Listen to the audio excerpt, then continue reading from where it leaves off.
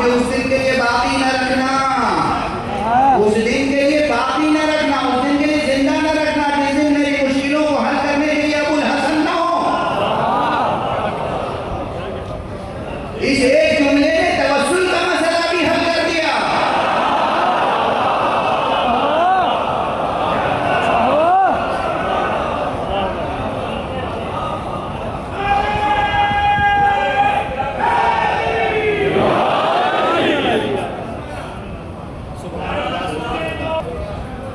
جملے تو اور بھی ہیں، اعتراضات تو اور بھی ہیں، مگر اب وہ کسی اور موقع پر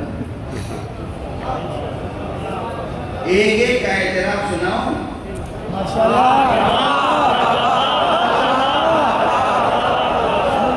ایک ایک کا اعتراف، تب مرتب ہوگی نا تشیع کی تاریخ۔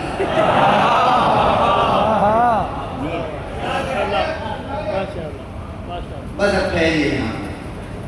اب ایک چیز اور، آپ حضرات سے التماس ہے کہ میرے والد مرحوم حضرت علامہ حجت الاسلام والمسلمین سید صفت حسن رضوی کی عرف قائم نجفی، ان کی بلندی درجات کے لیے ضرور دعا فرمائیے گا۔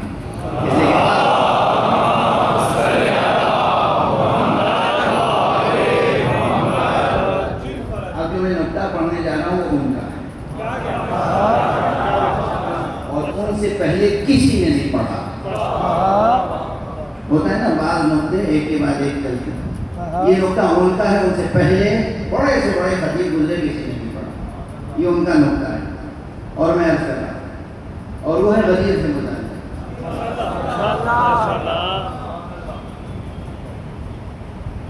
جتنے حضرات تشریف فرمائے ہیں وہ یاد رکھیں دین کی بنیاد کیا ہے؟ قرآن۔ سب سے متواتر متن قرآن، اور قرآن کے بعد سب سے متواتر حدیث غدیر۔ کوئی مبالغہ نہیں، اس میں نہ کوئی فرقہ وارانہ ذوق کام کر رہا ہے، نہ کوئی مسلکی جانبداری ہے۔ تحقیق کریں، سیدھی سی بات تحقیق کریں۔ آج نہ بنو امیہ کی تلوار کسی کے سر پہ لٹک رہی ہے، نہ بنو عباس کی۔ آپ ہیں اور کتاب، آپ ہیں اور تحقیق، آپ ہیں اور خدا، آپ ہیں اور آپ کا زمین، آپ ہیں اور آپ کا ضمیر، آپ ہیں اور آپ کا خدا۔ کوئی تفصیل کی بات نہیں، مانو تو نہیں، ہم سے بیٹھ کے مناظرہ نہ کیجیے، اپنے نفس سے مناظرہ، اپنی ذات سے گفتگو کیجیے، اپنی عقل اور اپنی خیرت اور اپنے ضمیر سے، اپنے قلب سے گفتگو کیجیے، خدا کو حاضر و ناظر جانیے۔ تحقیق کیجیے، کتابوں میں جائیے، محدثین کی کتابیں دیکھیے کہ حدیث غدیر سے زیادہ متواتر کوئی دوسری حدیث ہے ہی نہیں۔ 110 سے زیادہ صحابہ نے نقل کیا ہے، 110 سے زیادہ صحابہ، اور اس کے طرق کتنے ہیں، سلاسل کتنے ہیں، حدیث کا سلسلہ ہوتا ہے۔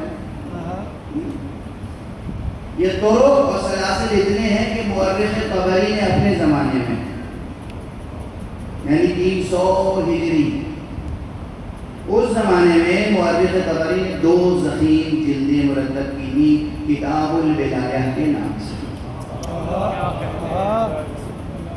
یاد رہے گا انشاءاللہ۔ اچھا، اس کتاب کا حوالہ بھی کس نے کیا؟ کسی شیعہ نے نہیں، مورخ ذہبی۔ ذہبی کون ہے؟ کتنے بڑے شیعہ ہیں، سب جانتے ہیں نا؟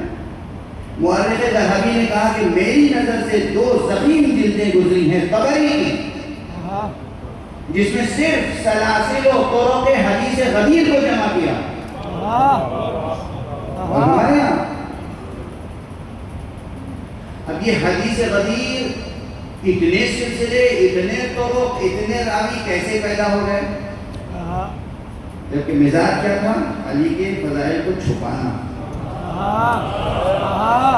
مزاج یہ تھا، چھپانے کے لیے ہر طرح کے وسیلے اختیار کیے گئے، مگر حدیث غدیر باقی کیسے رہ گئی؟ بس ایک جملہ عرض کر رہا ہوں، یہ میرے والد ماجد کی تفصیل ہے۔ حدیث غدیر کے ضمن میں مورخ طبری نے یہ لکھا ہے اس کتاب الولایہ میں، جو پوری کی پوری اب ہم تک نہیں پہنچ سکی، لیکن اس کے حوالے سے دوسروں نے لکھا کہ یہ حدیث غدیر کا واقعہ ایک دن کا نہیں تھا، 2-4 گھنٹوں میں نہیں یہ واقعہ ہو گیا، 3 دن تک رسول نے میدان غدیر میں قیام کیا۔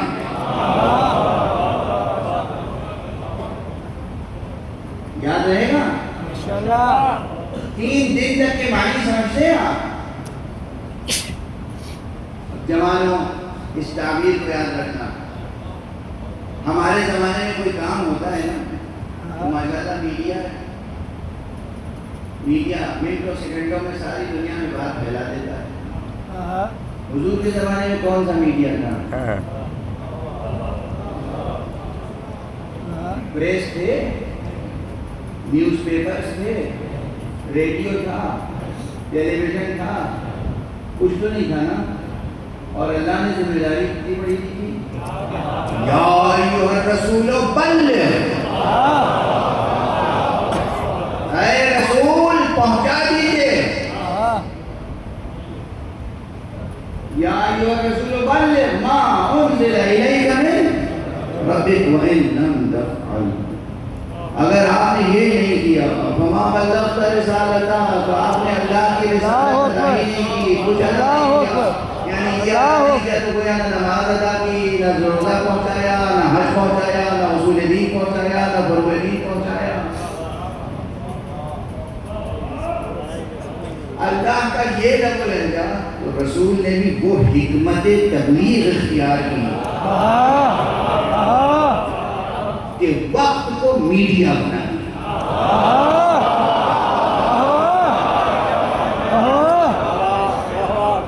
اسے کہتے ہیں صاحب زمان، اسے کہتے ہیں صاحب زمان، اسے کہتے ہیں مالک زمان، اسے کہتے ہیں رسول، اسے کہتے ہیں ولی۔ وہ تصرف کیا، 3 دن روک لیا۔ اس زمانے میں سارے فیصلے عربوں کے درمیان قدم قدم گنے ہوئے ہوتے تھے۔ معلوم ہوتا تھا کہ اگر اس تاریخ میں اس وقت پر کوئی مدینے سے نکلا ہے تو کس وقت کس دن مکے پہنچ جائے گا۔ مکے سے اگر چلا ہے طائف کب پہنچے گا، مدینے کب پہنچے گا، مثلا جدہ کب پہنچے گا، مختلف شہروں کو تصور کر لیجیے، مختلف کون کب پہنچے گا، اور اسی اعتبار سے لوگ حاجیوں کے استقبال کے لیے کھڑے ہو جاتے۔ رسول نے 1-2 گھنٹے نہیں روکا، 3 دن روک لیا۔ اب جہاں جہاں مسلمان تھے سب اپنے حاجی کے انتظار میں،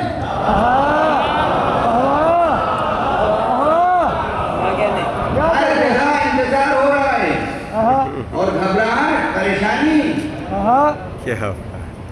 کہاں رہ گئے، کیا ہو گیا، خدا نہ خواستہ کوئی حادثہ تو نہیں ہو گیا، ہر شخص فکر مند۔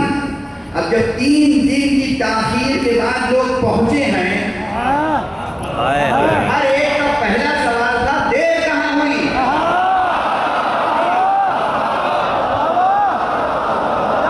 جواب اس کے علاوہ کچھ تھا نہیں کہ رسول نے روکا تھا۔